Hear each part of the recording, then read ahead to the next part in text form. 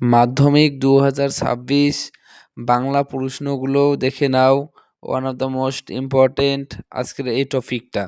Student দেখো, আয় আরও বেঁধে বেঁধে থাকি থেকে 5 মার্কের কিছু প্রশ্ন দিয়ে দিব, ঠিক আছে?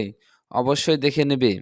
1 নাম্বার প্রশ্ন, আমাদের পথ নেই আর আমরা কারা? আমাদের পথ নেই কেন?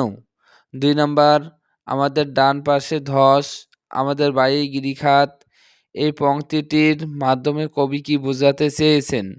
3 নাম্বার, আমরাও তবে এইভাবে এই মুহূর্তে মরে যাব নাকি?